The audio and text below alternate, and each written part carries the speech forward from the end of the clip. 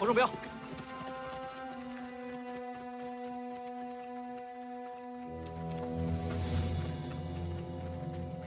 什么意思？干什么？紧急集合了。我听得懂军号。这个任务很简单，不需要你做什么，你只需要让他感觉到你在监视他。你老盯着我干什么？刚才101团抓了2个逃兵，逃兵就该枪毙。哎，对了，红军不是不枪毙逃兵吗？那也不一定，有命令就可以。你什么意思？你上次不是也打死了马桂山吗？哎，你说这话什么意思？你想干什么？不干什么，我就是告诉你，紧急集合了。哎呀，是紧急集合了，赶快紧急集合，别老跟着我啊！赖娇娇，我告诉你，我以前好歹也是你的领导、副营长，做事不要太绝，给自己留点后路啊！我就跟着你。有种，你就跟着我是吧？跟着我，跟着。然后不断的给他施加精神压力，迫使他逃跑。深更半夜的，突然调放部队，陈树祥这是在玩什么战术？他把全师主力都调往一线，是在准备明天做最后一搏吗？儿子，儿子，爸，哎，刚才师长叫你干嘛去了？这个我不能说，要保密。有的事情不该问就别问了，我们是军人，要守纪律啊。这小屁孩果然是受到指令，一直在监视我，必须走，要不然我就死定了。在部队调动期间，给他一个机会，让他跑。哎呦，哎呦，怎么了，儿子？我脚崴了吧？哎，怎么这么不当心呢？疼不疼啊？疼。看你怎么这么不当心呢？啊，让爸爸看看，崴哪儿了？疼不疼着？侯胜彪跑了！侯胜彪跑了吧？侯胜彪跑了！小心点，儿子，你腿疼啊！短命的侯胜彪跑了！侯胜彪跑了！侯胜彪跑了！怎么了？侯胜彪跑了！侯胜彪跑了？哎，你看，往那边跑了。我怎么看不见呢？赖娇娇，看那儿。赖娇娇是吗？营长让你归队。啊，走，来，跟我走。哎呀，非常好，娇娇。可是我不太明白。不太明白，为什么我们明明知道他要投敌，还要放他跑，是吧？哦，对了，我上学学过一个成语，叫欲擒故纵。高营长，我把本来分散在各团的迫击炮都集中了起来，就是为了把全师的几十门迫击炮握紧一个拳头，能够一击制敌。放心吧，师长。虽说这迫击炮没有国军的大炮厉害，不过你把这么多迫击炮集中在一起，肯定可以发挥最大的威力的。到时候，咱们一定给白军迎头痛击。但是记住了，炮弹不能一下用光，因为我们现在没有补给。如果我们把炮弹都打光了，那么迫击炮将会变成破铜烂铁，明白了吗？放心吧，每一发炮弹都必须打在制敌伤亡的有效部位，不会白白浪费一发炮弹的。好，明天扭转战局，就看你的了。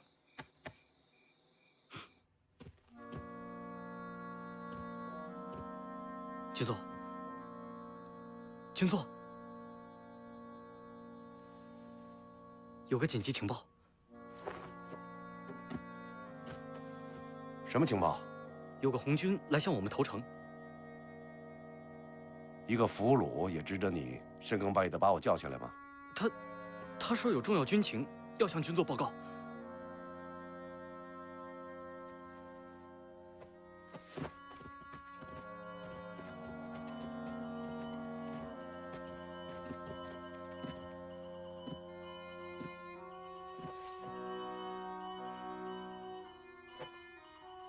向李将军致敬。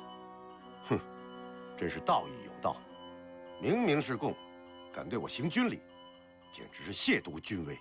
报告军座，直辖今天不是来投降的，是来归队的。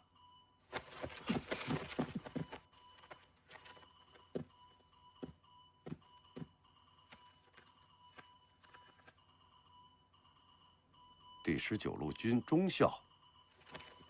对，直下原本就是党国的军人，应该曾经是党国的人。19路军去年背叛党国，是一支留下千古骂名的叛军。19路军背叛党国，那是上层的事，不是我一个中校团副能阻止得了的。但是在我侯胜彪的心里，我一直是党国的军人。那你为什么又与共军为伍了？军座，直下是一时糊涂，受到了共军的蛊惑，所以我没时间聆听你的故事，拉出去毙了。是，请军座留步。军座，直下冒着生命危险逃到这里，确实有重要军情向军座禀报。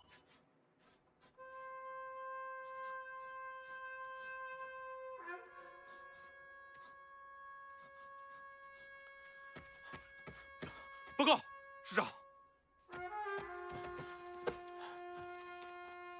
飞马腿，我想交给你一项关系到明天计划成败与否的任务。师长，不管什么任务，保证完成。白天的战斗，陈树湘使用了1/3的兵力在正面战场上，而他把2/3的主力全部埋伏在阵地两翼，按兵不动。直下是行伍出身的，一眼就看出了陈树湘是想用1/3的兵力引诱贵军的大部队进入阵地前沿的空旷地带。他是想以阵地的优势、地势的优势弥补兵力上的劣势，对贵军在两翼加以重击。白天的战斗结束后，陈树湘用他养精蓄锐1天的101团，换下了伤亡沉重的100团。直下以为第2天陈树湘还会用第1天的战术，以1个团打阻击。如果贵军大部队进攻的话，101团佯装后退，把贵军大部队引入空旷地带之后，他便以重兵从两翼侧击。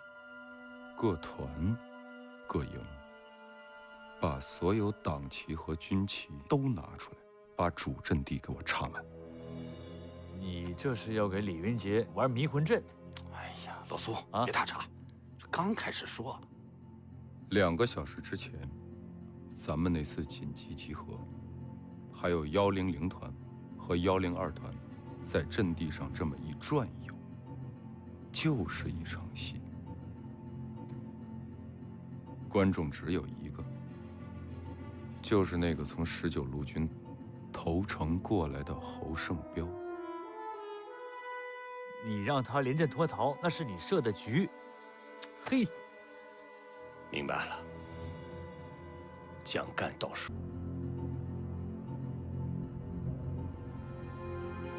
可就在2、3个小时之前，也就是直下脱离共军的那个时刻，陈树湘忽然把100团和102团的主力全部调配主阵地，加上101团，现在总共3个团，4000多人。陈树湘他们发誓，要为苏维埃流尽最后一滴血。 明天，陈树湘将死守阵地，保卫30公里以外共军首脑的安全。直下想，这么重要的情报，我要是不送出来，明天贵军在战场上必吃大亏呀。所以直下冒着生命的危险，你可以出去了。军座，我不想在我的指挥部里看到你这身皮。是军座，直下定为党国，肝脑涂地。别多说了。 走吧。是。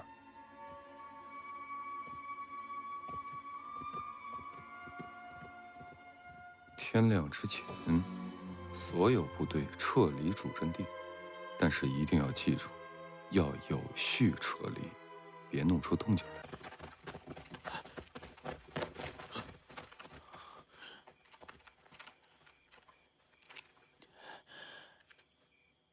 陈树湘突然做出了有悖于军事常识的兵力调度，诸位怎么看？乌合之众，他懂什么兵力调遣？恰恰相反，我对这个陈树湘真是越来越不敢轻视了。他是想用田忌赛马的战术捡我的便宜啊！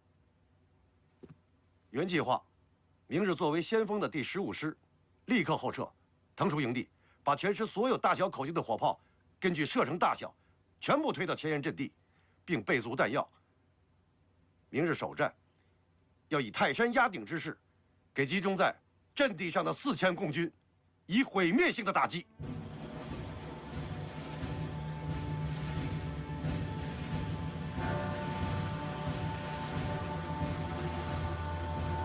刘班长，你们继续在这守着，我回去向师长报告。是。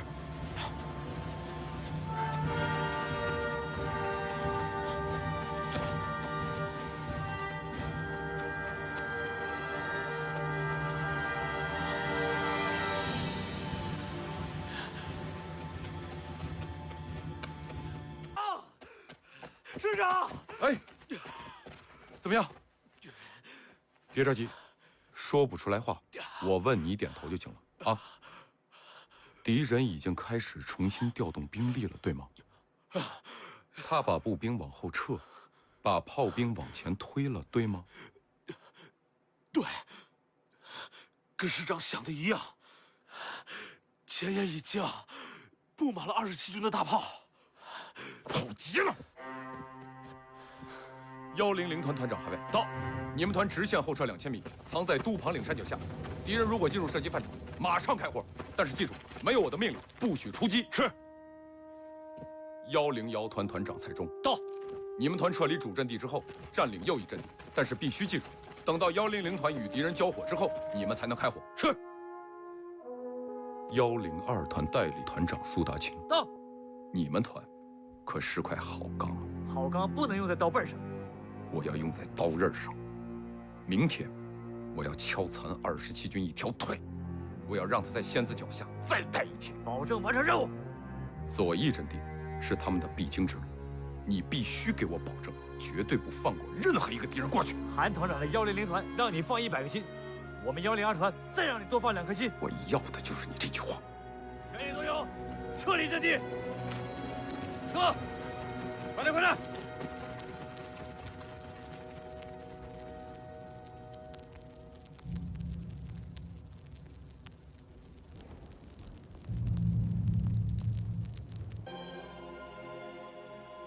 兵力相差太大了，我真的没有办法去应对变故了。最大的变故就是周焕元4个师的兵力明天赶到，并加入到进攻。兵力倍数是10比1啊，而且又是阵地战。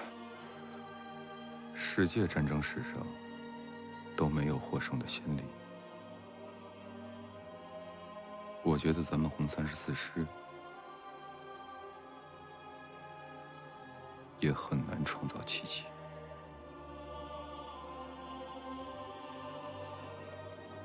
但是不管怎么说，按照你今天的战术部署，我们至少还可以再坚持1天。但是政委，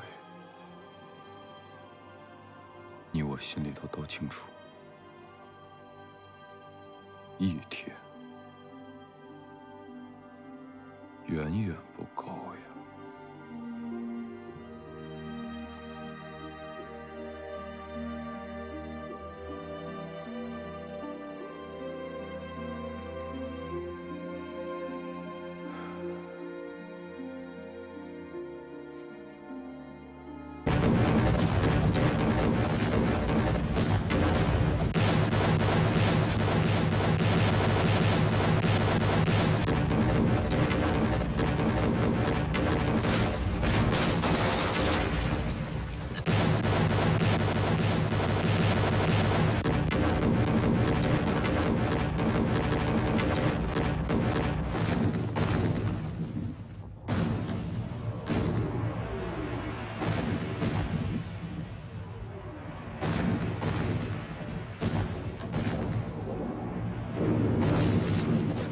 师长，紧急电令！怎么可能？叔叔。哦，九子，给上级汇电，红34师坚决执行任务，天黑之前一定到达指定站位。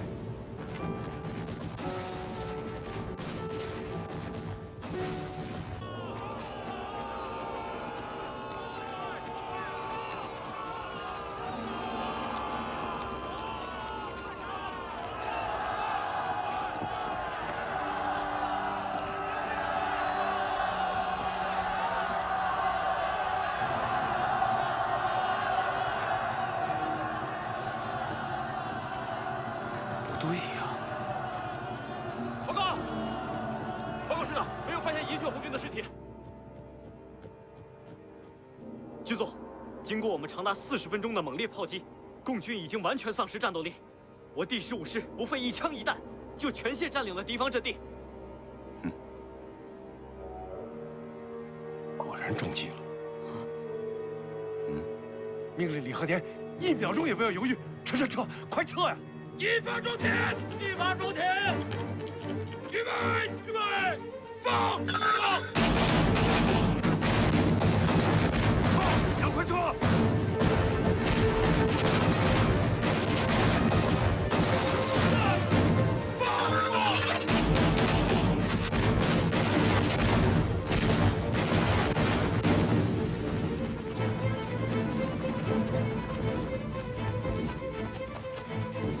望远镜。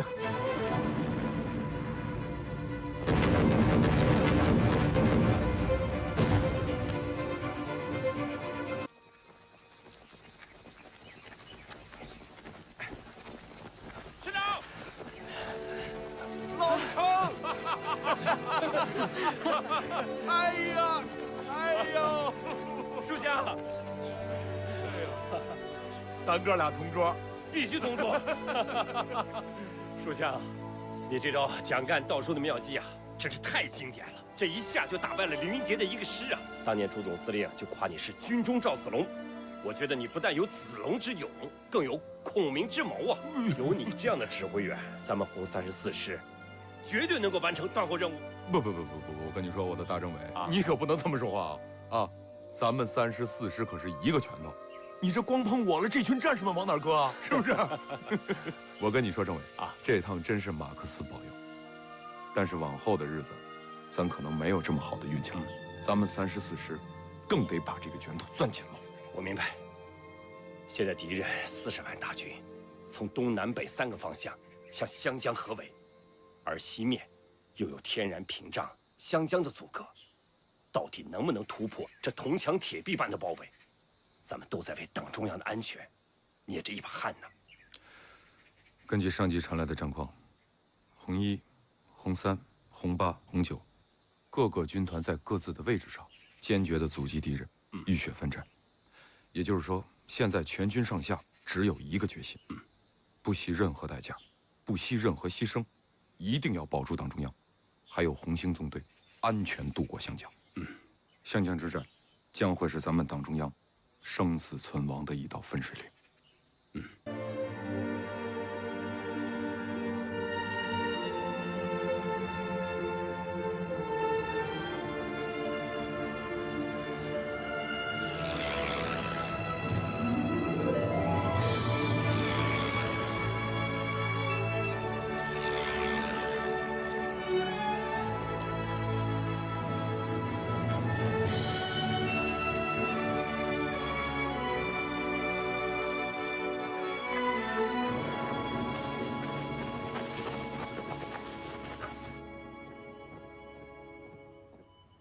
军座，99师已经到了。军座，焦总电令。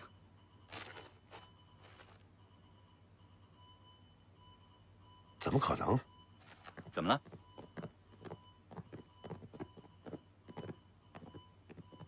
一个小时前，焦总的侦察机侦察到了仙子角的红34师消失了。4000多人的一支部队，怎么可能从地面上消失了呢？难道陈树湘的部队有隐身术？不会吧，这太匪夷所思了。哎，你看看，我早就说过，陈树湘选这么个地方打我阻击，一转身就能够消失在都庞岭。陈树湘肯定是翻越都庞岭了。侦察处长，马上派人侦察。是。晚了。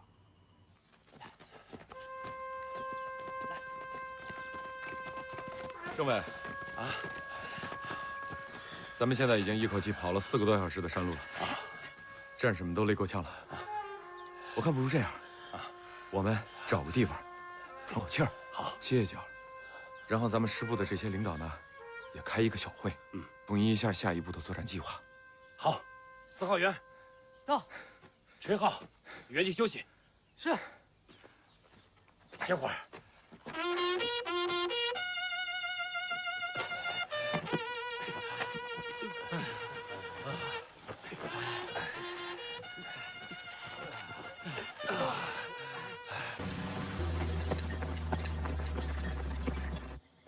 诸位同志啊，我说怎么最近中革军委的调动命令越来越恰当啊？感情咱们的千里眼跟顺风耳一直在人家家里头活动呢。这是敌军河建部刚刚在半个小时之前发布的命令，现在咱们就要啊！这千里眼顺风耳要使好了，那能顶上好几个团的兵力。何止啊！情报工作有时候能决定一场战役的胜负。这回啊，咱们在暗，敌人在明，仗好打了。既然河建总司令已经下达了命令，那么咱们得执行啊！你得积极配合呀，积极配合是吧？那咱就看方抓药啊！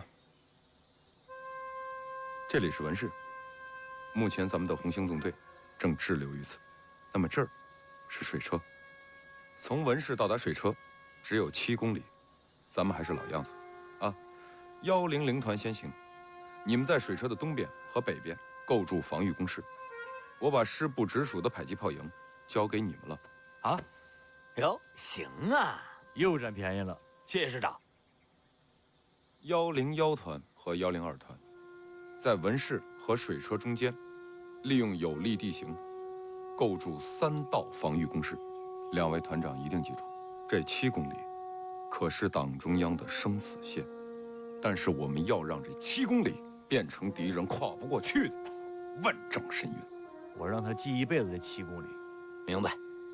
那么，接下来，师长，上级又来电了。政委，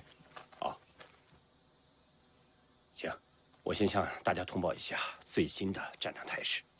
已渡过湘江的红一军团，被刘建虚部的2个师抢先一步，占领了泉州。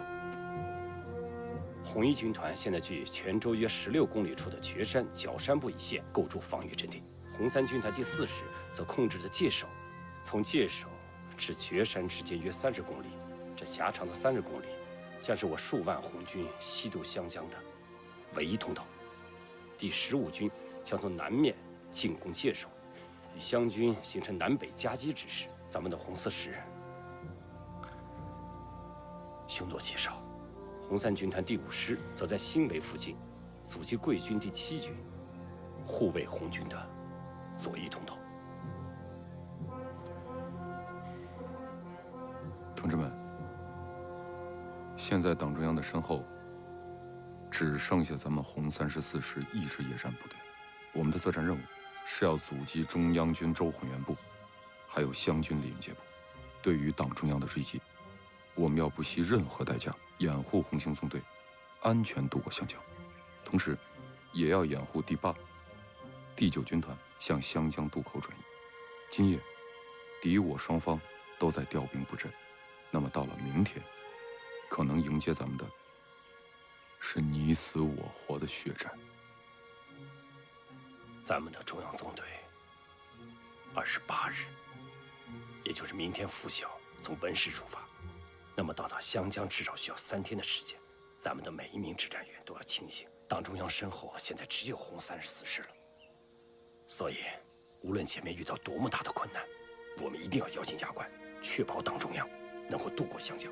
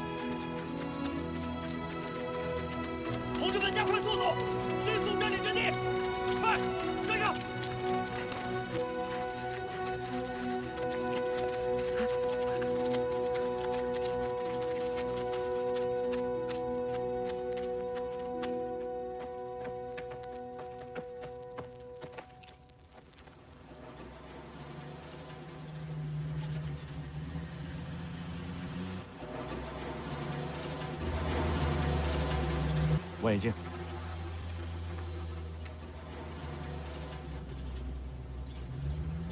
猎人，你看见第一辆车了吗？把它交给你了。好，找个有利地形，把它干掉。你那边枪响，我们再开枪。明白。穆斯林，到，你在侧翼掩护他，吸引敌人火力。知道了。出发。是。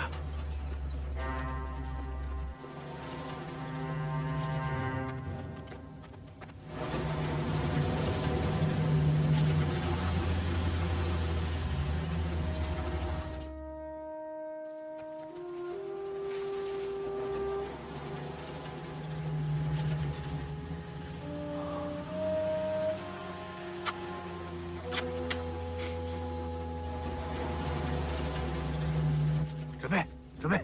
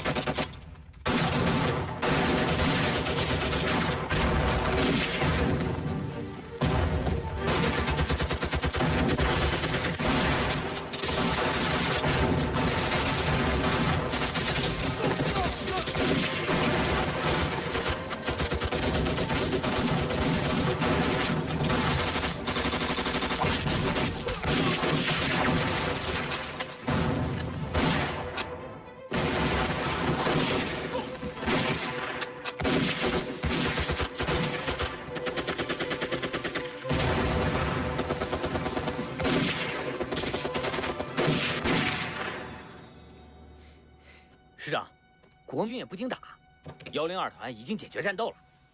刚才那只是遭遇战，今天晚上，我估计敌人会发动进攻。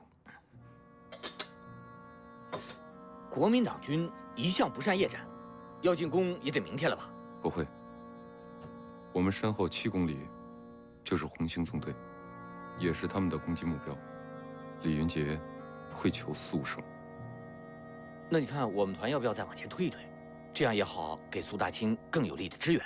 绝对不行，他们有炮火支援，如果推得太前的话，我们会伤亡惨重，而且我们的任务是缠斗3天。其实我现在最担心的是100团，一旦召唤援部从灌阳杀过来，那么100团就会首当其冲。但是兵力比是10比1，一旦韩伟失守，那么咱们这儿整个防线都将会全面崩溃。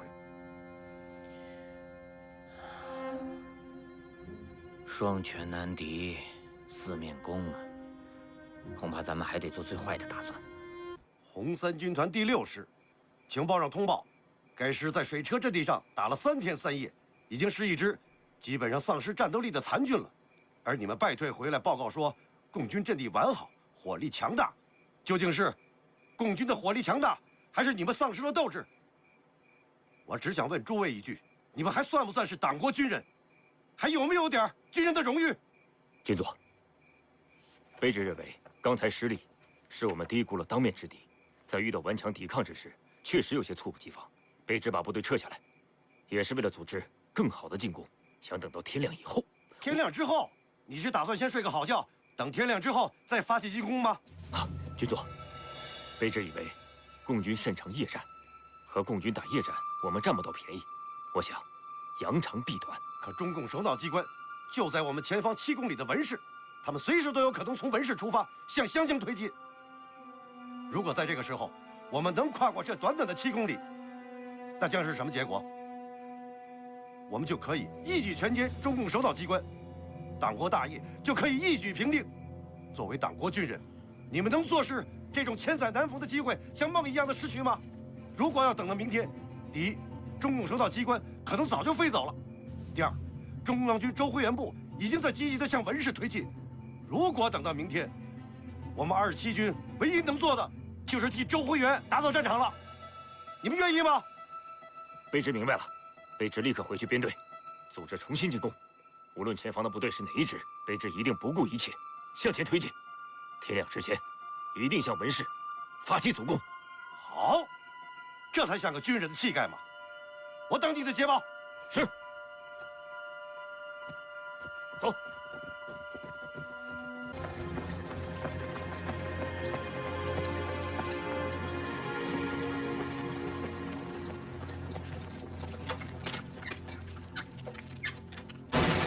后撤，50米！后撤！后撤！是。走。后撤！快撤！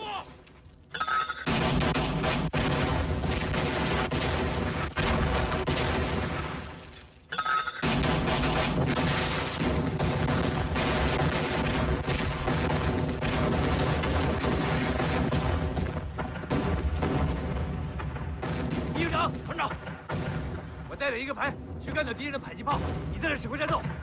明白。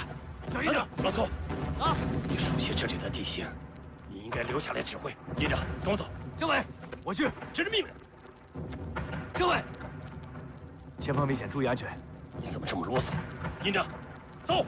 营，过来。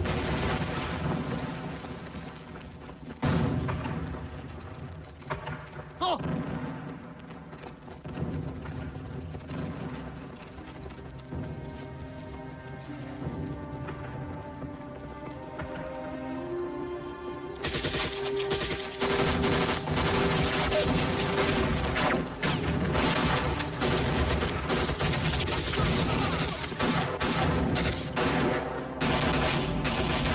营长，到，一会儿咱们按计划分头行动，炸到敌人迫击炮以后，迅速返回，不要恋战，听明白没有？是，政委。兄弟们，跟上，走。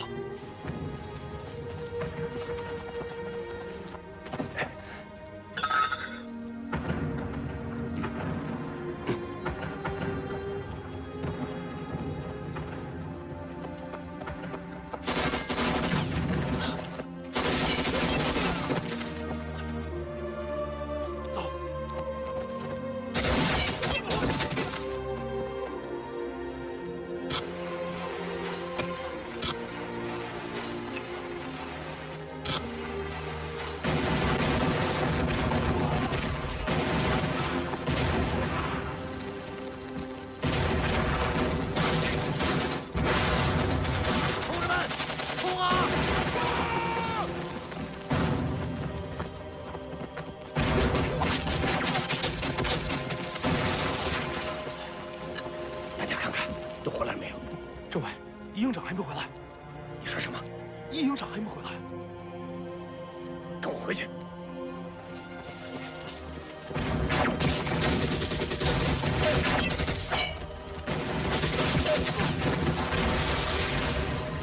营长，营长，把营长抬回去，快！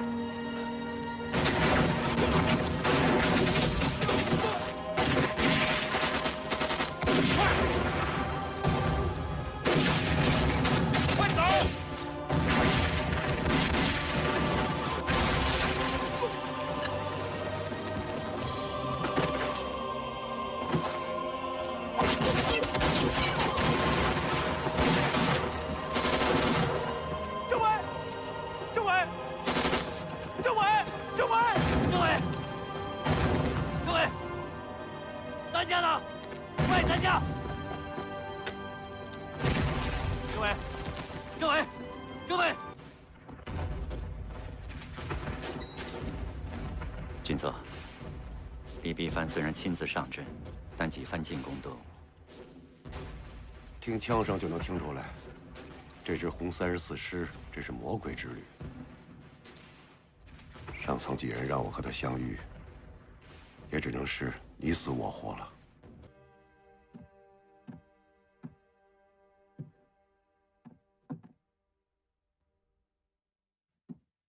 醒了。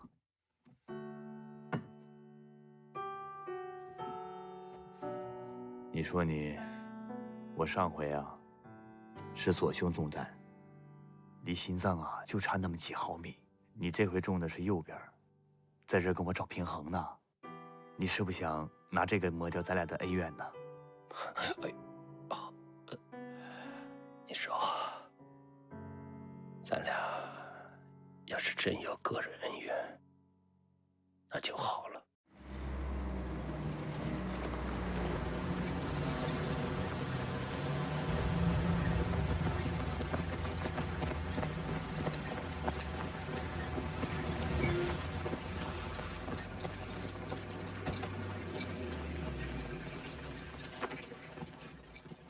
文氏还有多远？大概还有20多公里吧。炮兵到达指定站位后，不用等我的命令，立刻以饱和进攻，先把文氏给我轰个片甲不留。是。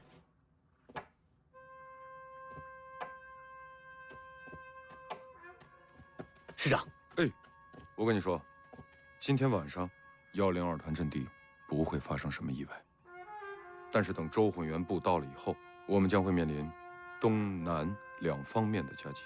如果102团还顶在前面的话，会有危险。所以南面的战斗一打响，我会命令苏大清把102团撤到第2道防线。有一件事我要交给你，你抽调一个营负责接应，接应的时间、地点你来选。没问题，我亲自率领这个营出击。不行，老蔡你别忘了，我们的任务是保卫党中央的安全。也就是说，党中央还没有安全渡过湘江之前，我们这些指挥员绝对不能出现任何情况。明白，我去了。报告，师长，3个团电话已经接通了，你要先接哪个团？102团。是。敌人上来了！敌人上来了，他就在这儿，你跟他说。书强，走。老程，什么话都没说啊！现在我去派人把你带回来。9阳，那个短命的，刚才也没跟你说清楚，擦破了点皮就让我下火线，我也太矫情了吧？你真的只是擦破点皮吗？你要是不信，哎，我让卫生员给你说啊。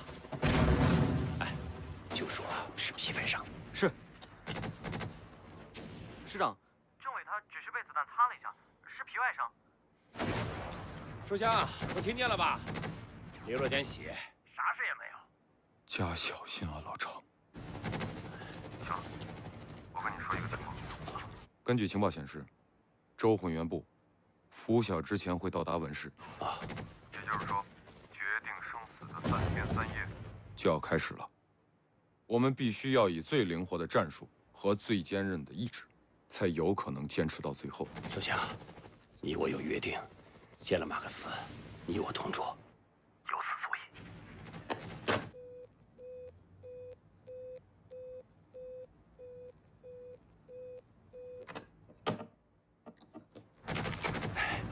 政委，你刚受伤，你不能去。让开！政委，走。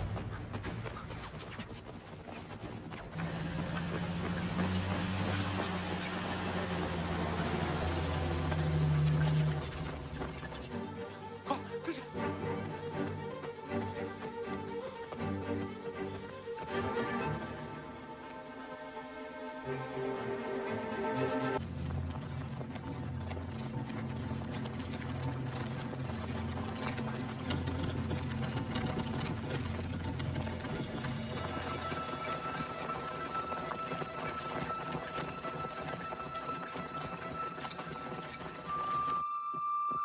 报告军座，周将军来电，该部先头部队99师已经到达距文氏7公里，准备拂晓前对文氏发起进攻，要求我部从东面同时行动，对中共形成夹击之势。指挥部，推荐指挥。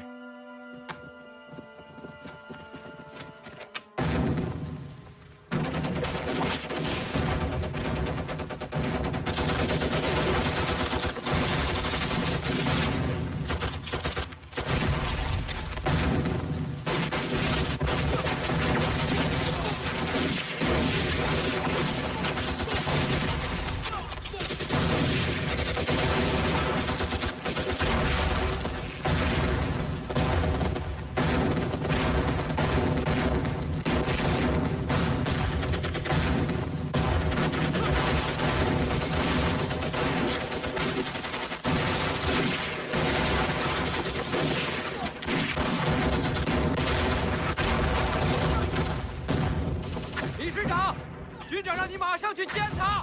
不，你回去告诉军座，今天不成功便撤人，除非把我的尸体抬回去。他就在你身后，有新的战术部署，他让你马上去见他。走，走啊！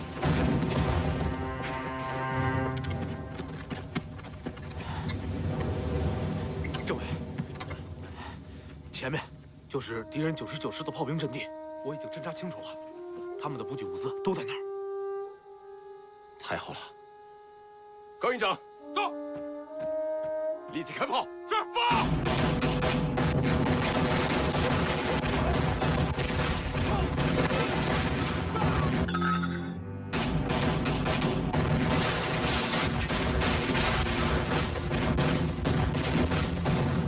好，老韩成功了。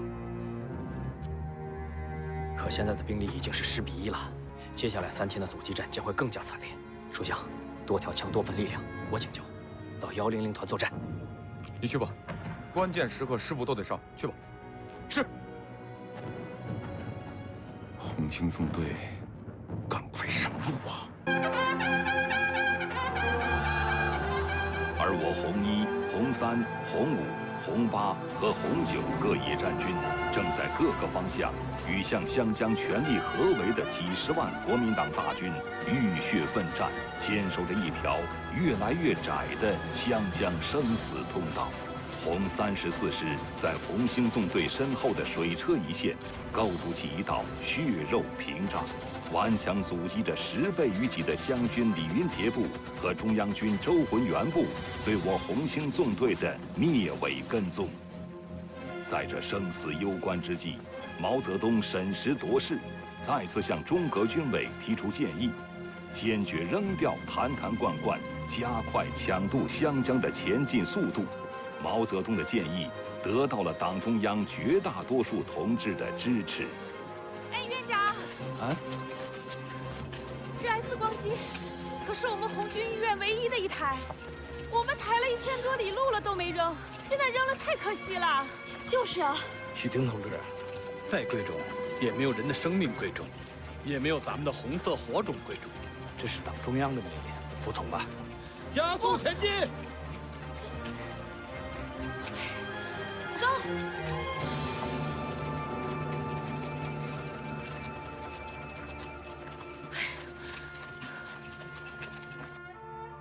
老苏，我是陈书香，我告诉你一个好消息啊！今天凌晨2点，红星纵队已经开始上路了啊！而且在最关键的时刻，中革军委听取了毛主席的建议，扔掉了盆盆罐罐，也就是说，大幅度的提高了他们的推进速度啊！按照这个速度来推算，他们可以提早1天到达湘江渡口，也就是说，我们只需要坚持到30号拂晓，就可以完成我们的断后任务。这是个好消息啊！好，这个消息很鼓舞士气。你放心，昨天他们3次进攻全被我打回去了。27军他休想往前走一步。我知道你是好样的，但是老苏，你听我说，今天你们挡住了李云杰之后，必须要做出有效的撤离。你的意思是让我主动放弃阵地是吗？你给我个理由，我听听。理由有2个，第一个，因为对手是李云杰。不是，这什么理由啊？你说第2个。第2个，打开我给你的锦囊妙计。我明白了，锦囊妙计就是服从命令听指挥。你放心，我服从命令听指挥。好，就这样。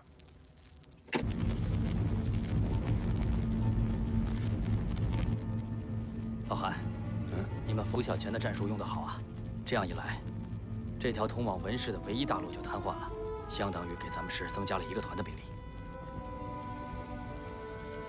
增加1个团的兵力，这周浑元的后续部队一旦上来了，咱们这么多，只能挡住车，挡不住好几倍于咱们的步兵啊！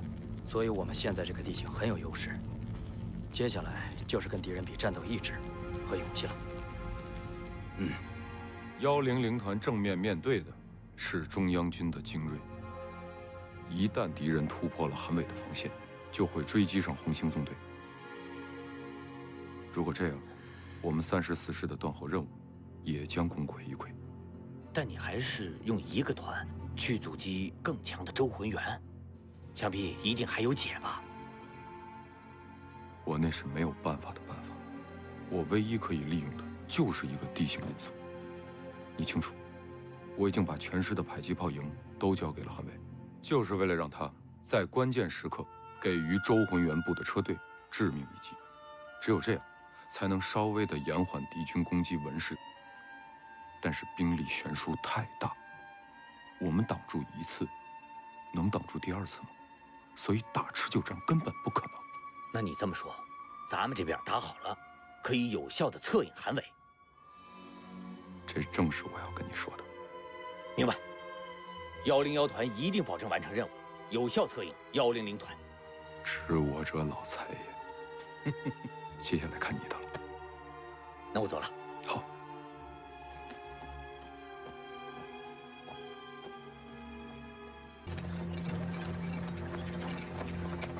政委，你看，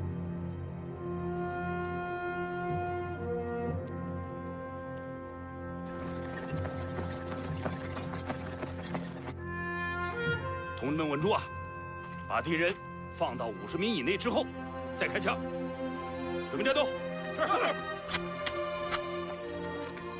别着急。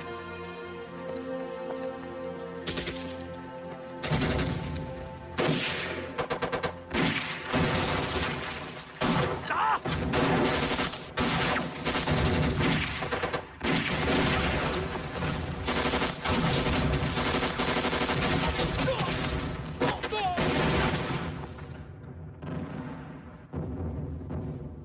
时间到，发起总攻。是。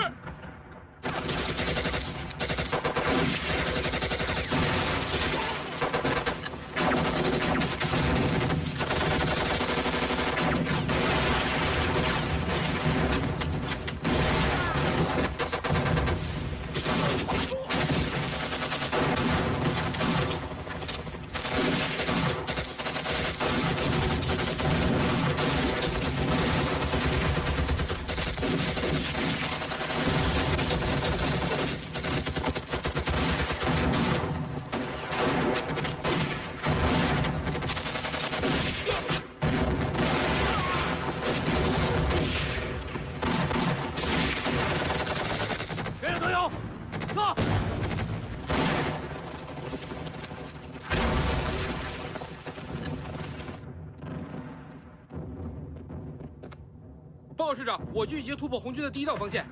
好，我们的胜利就在前方。命令部队全速追击。是。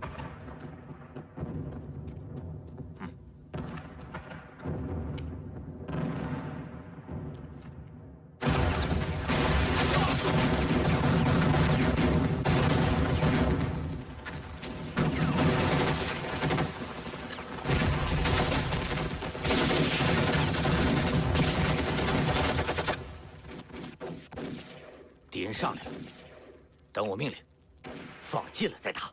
是，等敌人上来了，放近了再打，传下去。是，把敌人放近了再打。是。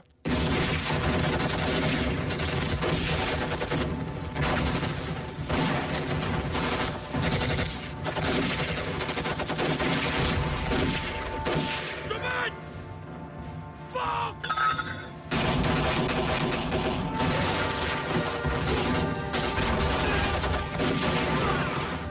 放！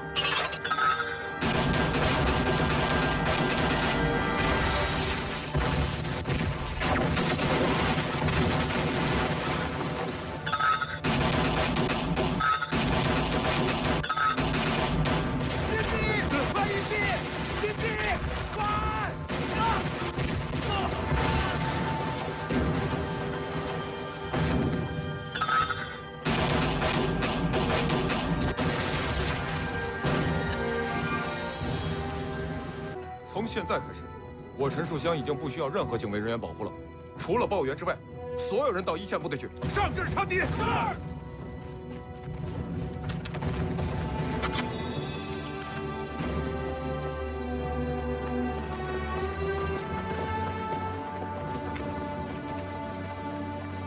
打！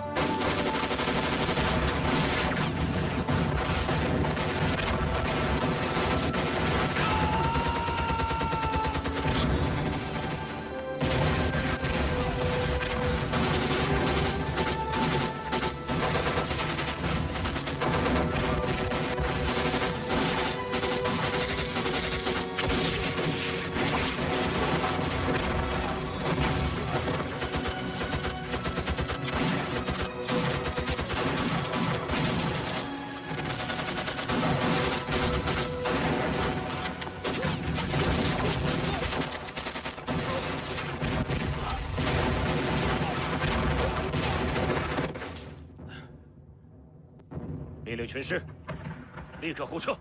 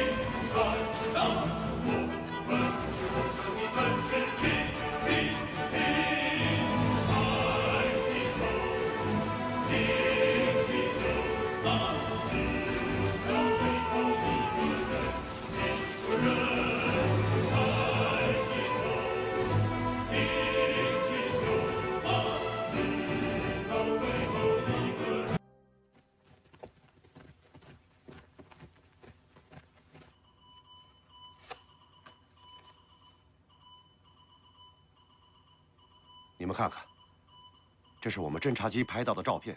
共军在湘江上架起了浮桥，浮桥上还有部队在过江，一部分部队已经过了湘江，并且已经占据了湘江西岸的滩头阵地。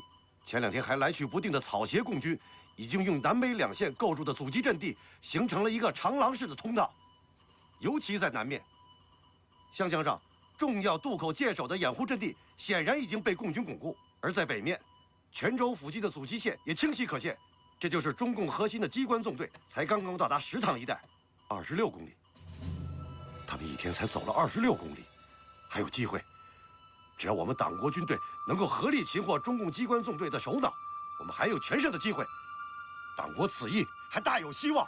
军座，您已经几天几夜没有合眼了，要不休息一下吧？你以为我崩溃了吗？中共机关纵队的首脑就在前面，你却让我睡大觉，你还算是党国军人吗？军座，周浑元将军来电。他说什么？周将军向我部通报了白天的战况。该部99师、95师由于敌情不明，仓促进攻，造成重大伤亡。建议今晚让部队稍作休整，明天再与我部合力围歼当面之敌，再图聂共湘江。今天是几月几日？今天是11月28日。那么明天是几月几日？明天到底是几月几日？明天是11月29日。可我们的情报报告说，3个小时前，中共首脑向全军发出了30日全部渡过湘江的命令。还有2天的时间，这2天将会决定谁会成为中华民国最后的赢家。这一点，他周浑元难道不清楚吗？为什么还要等明天？我们的兵力是当面之敌的10倍，为什么不能够连夜发起总攻，跨过34师去消灭中共首脑机关？给周将军复电。军座，还有什么？周将军停下进攻的脚步，你先看看委座的训令就知道了。什么时候收到的？刚才。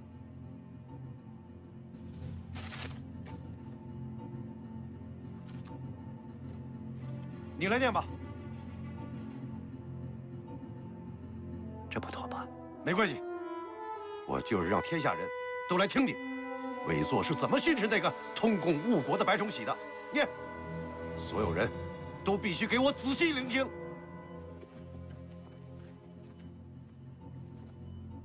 谍电：固守河流，阻共窜渡，何以泉州沿至咸水之县，并无守兵，任共从容渡河，殊为失策。窜渡以后，又不闻我追堵各队有何处置，仍未集结部队，待机截剿，共已渡河，尚不当机立为痛语夹击，不知所待何机，可谓浩叹。为今之计，唯有一面对渡河之共速伤夹击办法，痛语除奸；一面仍击共半渡，务使后续古共不得渡河，并速以大军压迫。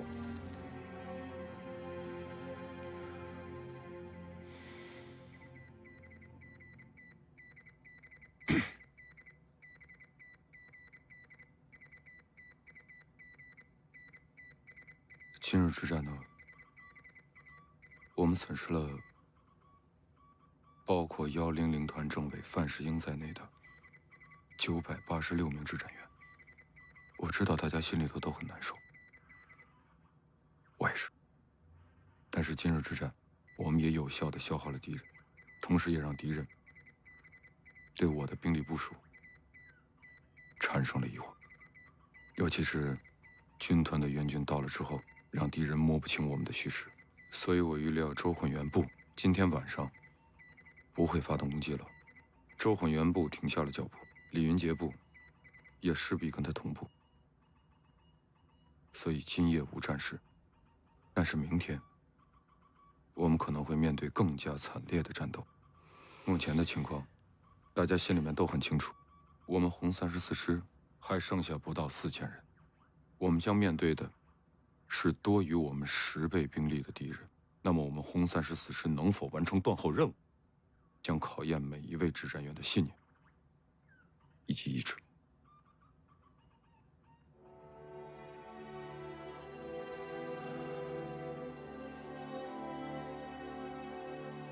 同志们，这次强渡湘江战役关系到党和红军生死存亡的大事，在这个关键时刻，我们的每一个红军指挥员、每一名党员、每一名红军战士，一定要坚定自己的信仰，坚定必胜的信心，一定要坚持到党中央和主力红军全部渡过湘江。我们的每一名红军执战员都要在这个危急关头挺身而出，履行自己在党纪军旗下的庄重誓言。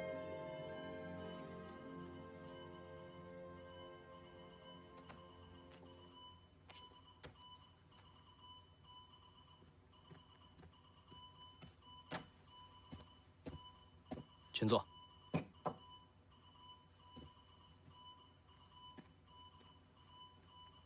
生死存亡之际，我还能服下安眠药睡大觉吗？可是军座已经几天几夜没合眼了。此役不胜，我死也闭不上眼。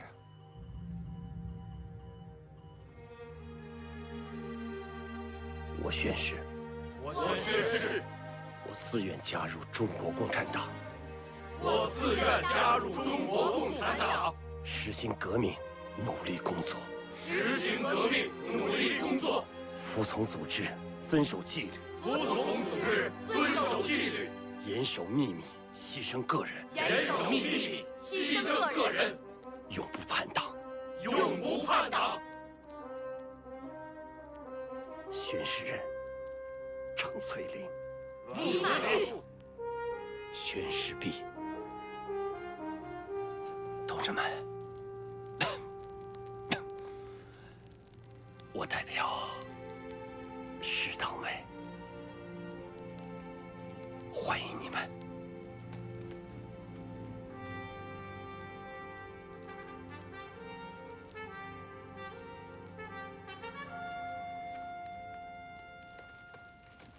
老程，政委，老程。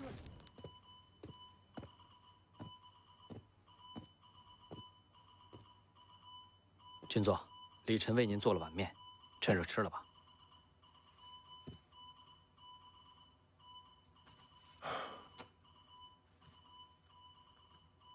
我前些天撤了他的职，是不是有些过分了？他正想将功补过呢。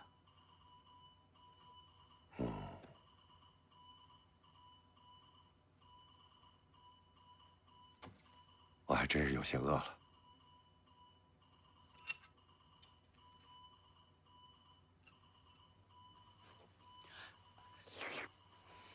虽然军座撤了我的职，可还是我的恩人。如果军座有个3长2短，我们靠谁去？哎，愿军座今夜能睡个好觉。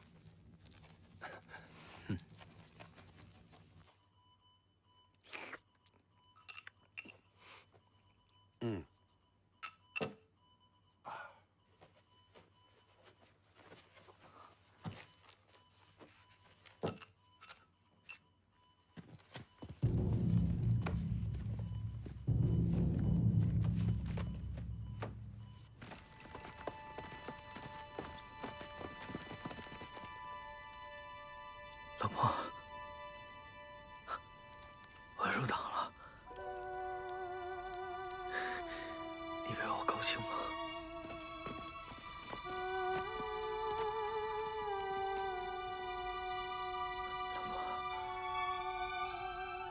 想家了。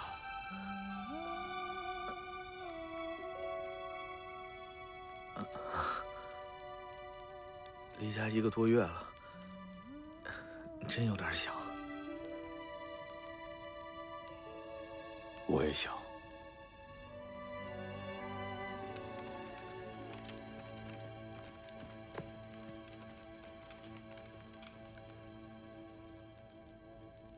我也有过老婆。你也有老婆？那我师母呢？没了。病死了。被枪打死的。被枪打死了？是哪个短命鬼干的？师傅，你告诉我，我一定报仇。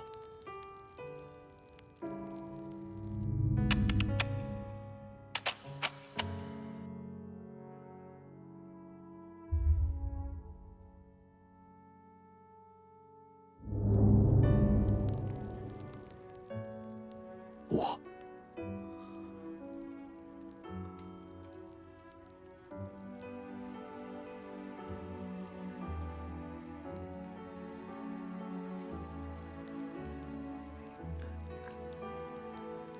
师傅，今天我入党了，你表现比我好，战斗立了那么多功，你怎么不入党啊？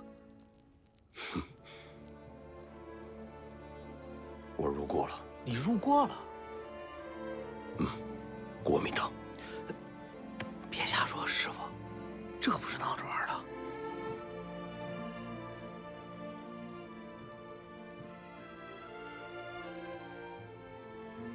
我是国民党，我曾经是国民党的射击教头。我背想，进军集合，进军集合。